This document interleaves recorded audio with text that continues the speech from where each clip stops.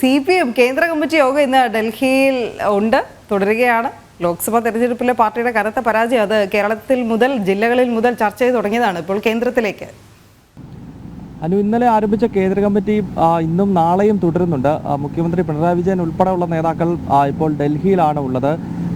നേരത്തെ സൂചിപ്പിച്ചതുപോലെ ഈ വലിയ പരാജയം പ്രത്യേകിച്ച് കേരളത്തിലെ പരാജയമാണ്. കാരണം മറ്റ് സംസ്ഥാനങ്ങളിലൊന്നും കാര്യമായിട്ട് മത്സരിക്കുകയോ അല്ലെങ്കിൽ അവരുടെ സംഘടനാ സംവിധാനമോ പ്രവർത്തിക്കുന്നില്ല. പക്ഷേ കേരളത്തിൽ 19 സീറ്റിലും അതിദയനീയമായ പരാജയം ഉണ്ടാകുന്നു. 2019 തനിയാവർത്തനം വീണ്ടും ഉണ്ടാവുകയാണ്. അത് CPM-നെ സംബന്ധിച്ചിടത്തോളം വലിയ തിരിച്ചടിയായി മാറുന്നു. പ്രത്യേകിച്ച് അവരുടെ ദേശീയ പാർട്ടി സ്റ്റാറ്റസ് ഉൾപ്പെടെ വലിയൊരു ചോദ്യചിഹ്നമായി നിൽക്കുന്ന ഒരു ഘട്ടമാണിത്. കാരണം 5 സംസ്ഥാനങ്ങളിൽ ഇപ്പോൾ പ്രാദേശിക പാർട്ടി എന്ന നിലയിൽ മാത്രമാണ് CPM ഒരു ദേശീയ പാർട്ടിയായി നിലനിൽക്കുന്നത്. കേരളം, തമിഴ്നാട്, അതോടൊപ്പം തന്നെ പശ്ചിമ ബംഗാൾ, ത്രിപുര, രാജസ്ഥാൻ എന്നീ സംസ്ഥാനങ്ങളിൽ CPM സ്റ്റേറ്റ് പാർട്ടിയാണ്. അതൊരു പ്രാദേശിക കക്ഷിയായി ഈ 5 സംസ്ഥാനങ്ങളിൽ നിലകൊള്ളുന്നു. ഈ ഒരു സാഹചര്യത്തിൽ മാത്രമാണ് CPM തെരഞ്ഞെടുപ്പ് കമ്മീഷന്റെ പട്ടികയിൽ 6 ദേശീയ പാർട്ടികളിൽ ഒന്നായി നിലനിൽക്കുന്നത്. അതല്ലാതെ മറ്റ് രീതിയിൽ ലോക്സഭാ തെരഞ്ഞെടുപ്പ് വിലയിരുത്തുന്ന സമയത്ത് കേവലം 1.75% മാത്രം വോട്ടുള്ള, 2% പോലും വോട്ടില്ലാത്ത ഒരു രാഷ്ട്രീയ പാർട്ടിയായി അവർ ദേശീയ തലത്തിൽ ചുരുങ്ങുന്നു എന്നുള്ളതാണ്. അതിനാൽ കേരളത്തിലെ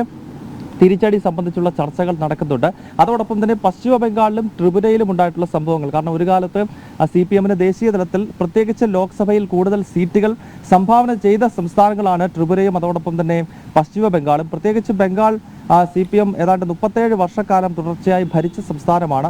ത്രിപുരയുടെ സാഹചര്യവും സമാനമാണ്. 1994 മുതൽ 2017 വരെ തുടർച്ചയായി ഭരിച്ച സംസ്ഥാനമാണ്. ഈ 2 സംസ്ഥാനങ്ങളിലും വട്ടപൂജ്യമായി ഈ ലോക്സഭാ തെരഞ്ഞെടുപ്പിലും പാർട്ടി മാറുന്ന പശ്ചാത്തലം, ഇതെല്ലാമാണ് ഈ 3 ദിവസത്തെ കേന്ദ്ര കമ്മിറ്റി യോഗം ഡൽഹിയിൽ പ്രധാനമായും പരിശോധിക്കുന്നത്. അതോടൊപ്പം തന്നെ കേരളത്തിൽ BJP വോട്ട് വിഹിതം വർദ്ധിപ്പിച്ചതും തൃശ്ശൂർ എന്ന മണ്ഡലം വിജയിച്ചതും അതും CPM കേന്ദ്ര കമ്മിറ്റിയിൽ ചർച്ചയാകുന്നു. പ്രത്യേകിച്ച് CPM-ന്റെ പരമ്പരാഗത വോട്ടുകൾ BJP-യിലേക്ക് വിവിധ മണ്ഡലങ്ങളിൽ പോയിരിക്കുന്നു എന്നത് വളരെ ഗൗരവത്തോടു കൂടി CPM-ന്റെ കേന്ദ്ര നേതൃത്വം കാണുകയാണ്. കാരണം കേരളത്തിൽ BJP-ക്ക് വേരുറയ്ക്കാൻ കഴിയില്ല എന്ന പ്രചരണം ഏറ്റവും അധികം നടത്തിയത് CPM-ആണ്. എന്നാൽ ഈ ലോക്സഭാ തെരഞ്ഞെടുപ്പിൽ CPM-ന്റെ പരമ്പരാഗത വോട്ട് ബാങ്കുകൾ അല്ലെങ്കിൽ പരമ്പരാഗത ശക്തി കേന്ദ്രങ്ങളിൽ വിള്ളൽ വീഴ്ത്തിക്കൊണ്ടാണ് BJP വലിയ പടയോട്ടം കേരളത്തിൽ നടത്തിയിരിക്കുന്നത്. ഈ വിഷയവും ഈ 3 ദിവസത്തെ കേന്ദ്ര കമ്മിറ്റിയിൽ ചർച്ചയാകും എന്നാണ് മനസ്സിലാക്കാൻ കഴിയുന്നത്.